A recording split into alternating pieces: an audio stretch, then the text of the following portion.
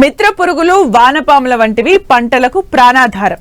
వాటితో పాటు నేల తల్లికి, పర్యావరణానికి హాని చేసే ఎరువులు, పురుగుల మందులు రాజ్యమేలుతున్న కాలంలో ప్రకృతి వ్యవసాయాన్ని ప్రోత్సహిస్తోంది ఆంధ్రప్రదేశ్ ప్రకృతి వ్యవసాయ విభాగం.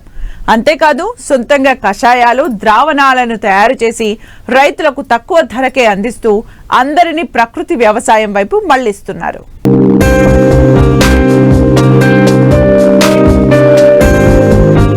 వ్యవసాయంలో ఖర్చులు తగ్గించడంతో పాటు నాణ్యమైన క్రిమిసంహారకరహిత దిగుబడులు సాధించాలనే ధ్యేయంతో అందుబాటులోకొచ్చిందే ప్రకృతి వ్యవసాయం.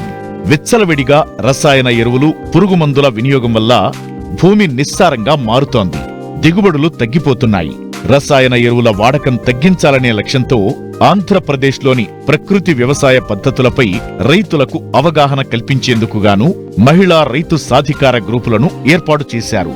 ఈ గ్రూపులు ఆయా మండలాల్లో కొన్ని గ్రామాలను ఒక యూనిట్ గా తీసుకుని ప్రకృతి వ్యవసాయంపై అవగాహన కల్పిస్తూ వివిధ రకాల ఎరువుల కషాయాలను తయారు చేయిస్తున్నారు.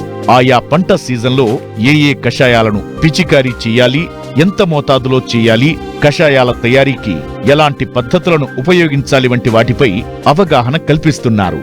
అయితే సన్నా చిన్నకారు రైతులందరూ కషాయాలు, ద్రావణాలు తయారు చేసుకోలేరు. చేసుకుందామనుకున్నా అన్ని వనరులు అందుబాటులో ఉండవు. దీనికి తోడు కొంచెం శ్రమతో కూడుకున్న పని. దీనినే దృష్టిలో ఉంచుకుని ప్రకృతి వ్యవసాయ విభాగం వారి ప్రోత్సాహంతో అనకాపల్లి జిల్లా కసింకోట మండలం సుందరయ్యపేట గ్రామంలో శ్రీ నూకాంబిక ప్రకృతి వ్యవసాయం పనుల కేంద్రాన్ని అరుణ ఏర్పాటు చేసింది. ఇందులో విత్తనం వేసే మొదలు ధాన్యం తీసుకునే వరకు పంటకు కావాల్సిన కషాయాలు, ద్రావణాలను తయారు చేస్తున్నారు. కెమికల్ వేపుకి అసలు రైతు అనేది కెమికల్ వేపుకి వెళ్ళకూడదు.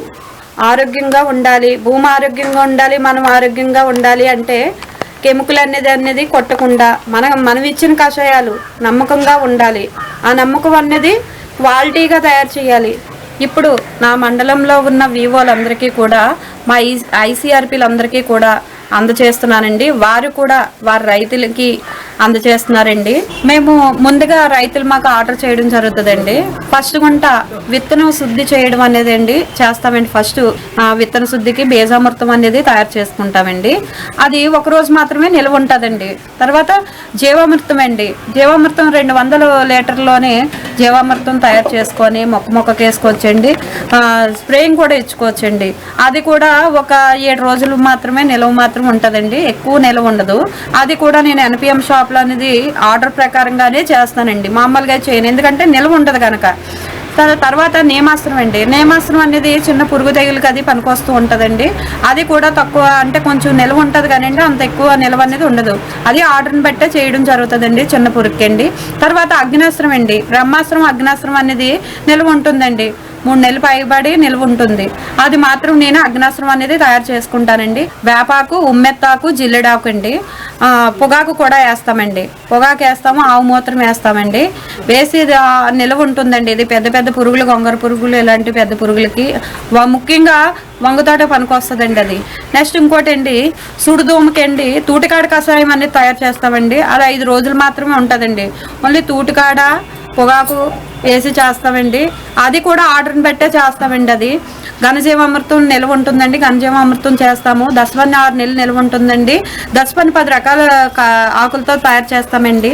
పసుపు వేస్తామండి, సొంట వేస్తామండి, మిరియాలు వేస్తామండి, లవంగీలు వేస్తామండి, అల్లం వెల్లుల్లి వేస్తామండి, పొగాకు వేస్తాము, 10 రకాల ఆకులు వేస్తామండి, నాటావు మూత్రం వేస్తాము, నాటావు పేడ వేస్తామండి, 150 లీటర్లు వాటర్ వేసి చేస్తామండి. అది 45 రోజుల్లో తయారవుతుందండి. దాన్ని వడపెట్టుకుంటే 6 నెలలు నిల్వ ఉంటుందండి. ఈ దశపని అనేది అండి అన్ని పురుగులకి నివారణకు పనికొస్తుందండి. అంటే ఏ పంట కన్నా మనం ప్రయోగం చేయొచ్చండి, పనికొస్తుంది. అలాగేనండి మేనామృతం అండి. మేనామృతం అంటే చేపల వేస్టేజ్ తోటి, చేపల వేస్టేజ్ పానివ్వకుండా 1 కేజీ వేస్టేజ్ని తీసుకొని 1 కేజీ బెల్లం, కొంచెం మసిబొగ్గు పొడి వేస్తామండి. మొన్న కిషన్ మేళంలో అమ్ముకోవడం జరిగిందండి. 1 లీటరు 100 రూపాయల చొప్పున అమ్ముకుంటున్నానండి. ప్రకృతిలోని సహజ వనరులైన సేంద్రియ పదార్థాలను ఉపయోగించి మేలైన యాజమాన్య పద్ధతులతో సుస్థిరమైన పంటలు ఉత్పాదకతతో ఆరోగ్యవంతమైన పర్యావరణ వ్యవస్థను రూపొందించే విధానమే సేంద్రియ వ్యవసాయం. ఈ పద్ధతుల ద్వారా పండిన వాటిని సేంద్రియ ఉత్పత్తులు అంటారు.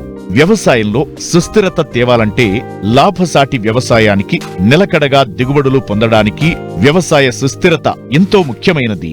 ఆహార భద్రతకు, పౌష్టికాహార ఉత్పత్తికి, సహజ వనరులు, పరిసరాల పరిరక్షణకు తోడ్పడుతుంది. సేంద్రియ వ్యవసాయంతో వీటిని సాధించడం సాధ్యమవుతుంది. అంతేకాదు, ఈ విధానంలో పెట్టుబడులు తగ్గడమే కాకుండా అధిక లాభాలను పొందడానికి వీలవుతుంది. ఈ విషయాలను గమనించిన ప్రకృతి వ్యవసాయ విభాగం ఈ సాగు పట్ల రైతులను ప్రోత్సహిస్తోంది. ఐసీఆర్పీలో 12 మంది సారు. సో మాకేంటంటే మొత్తం రైతులు ఏపీసీఎన్ఎఫ్ రైతులు 1722 మంది సార్. అలాగే విస్తీర్ణం 1221.40 సెంట్లు సార్. సో మాకేంటంటే ఈ ప్రకృతి వ్యవసాయంకు రైతుల దగ్గరికి వెళ్ళేటప్పుడు వాళ్ళకి న్యాచురల్ ఫార్మింగ్ గురించి, అలాగే రసాయనిక ఎరువుల గురించి ఈ రెండింటికి కూడా టార్గెట్ చేయడం జరుగుతుంది సార్. ఇక్కడ పంటలు ఏంటంటే మనకి ప్రధానంగా వరి, జీడి మామిడి, కూరగాయలు పంటలు పండుతాయి సారు. ప్రధానంగా పిఎండిఎస్ అనే 18 రకాల పిఎండిఎస్ అంటే ప్రీమాన్ డ్రై సోయింగ్ అనేది సార్. ఇదేంటో తొలకరికి వర్షాలు పడేటప్పుడు మనకి ఏదైతే మనం పంట వేస్తామో ఈ పంట మొత్తము 18 నుంచి 30 రకాల విత్తనాలు వేస్తుంటారు. 42 రోజులు సార్. అయితే విత్తనాలు వేయడం వల్ల అంటే భూమి గుల్లబారుతుంది. అలాగే వానపాములు 12 మీటర్లు సార్, ఇంచుమించి 12 మీటర్ల నుంచి కింద మీద వస్తుంది సార్. దీనివల్ల అంటే నత్రజని కూడా స్థిరీకరిస్తారు. అలాగే ఈ యొక్క పిఎండిసి వల్ల మనం ఏదైతే పశువులు ఉన్నాయో ఆ పశువులు కూడా దాని వేసుకొచ్చారో ఇదేంటంటే ఇప్పుడు ఇంచుమించి ఎకరానికి 5-6 టన్నులు గెత్తం తయారవుతుంది సార్. సో అలాగే భూమి గొల్లబారడం వల్ల మనకి వరి కానీ ఏ పంట అయినా సరే అంటే 365 రోజులు కూడా భూమి పచ్చగా ఉండటానికి ఉపయోగపడుతుంది సార్. ఇప్పుడు ఉదాహరణకి చిన్న చిన్న పురుగులు వచ్చి లార్వాలు ఉన్నాయి అనుకోండి, వాటికి ఏంటంటే మేము ఫస్ట్ దఫా నియమాస్త్రం ఇస్తాము. ఒకవేళ గ్రోతింగ్ పెరగాలనుకోండి, ఆ గ్రోతింగ్ ఏంటి జీవామృతం. ఈ జీవామృతం ఇవ్వడం వల్ల ఏముందంటే భూమిలో ఉన్న పోషకాలే కానీ వీటికి కూడా పోషకాలు ఇవ్వడం వల్ల అంటే మొక్క వేపుగా వస్తుంది సారు. అలాగే మనకేంటంటే ఇప్పుడు యూరియా డిఏపి వేస్తాము. యూరియా డిఏపి వేసే బదులుగా ఘనజీవామృతం అనేది ఇది ఒక 100 కేజీలు తయారు చేస్తున్నారు. ఈ 100 కేజీలకి 300 చివుకుని గెత్తం వేసి 400 గెత్తము మనం ఏదైతే ముందుగా దొమ్మెట్టిన తర్వాత యూరియా జల్లుతారో అదే బదులుగా ఈ ఏపీసీఎన్ఎఫ్ పద్ధతి ప్రకారంగా 400 కేజీలు గెత్తం జల్లినట్టయితే ఇది నేచురల్గా పనిచేస్తుంది సార్. అజోలా ఉంటుంది సార్. అజోలా ఉన్నది అంటే అది నీరు తక్కువగా ఉపయోగిస్తారు. ఆ అజోలా కూడా మనకు ఆవులకి దానా వేసుకోవచ్చు, తర్వాత కోళ్ళకి దానా వేసుకోవచ్చు.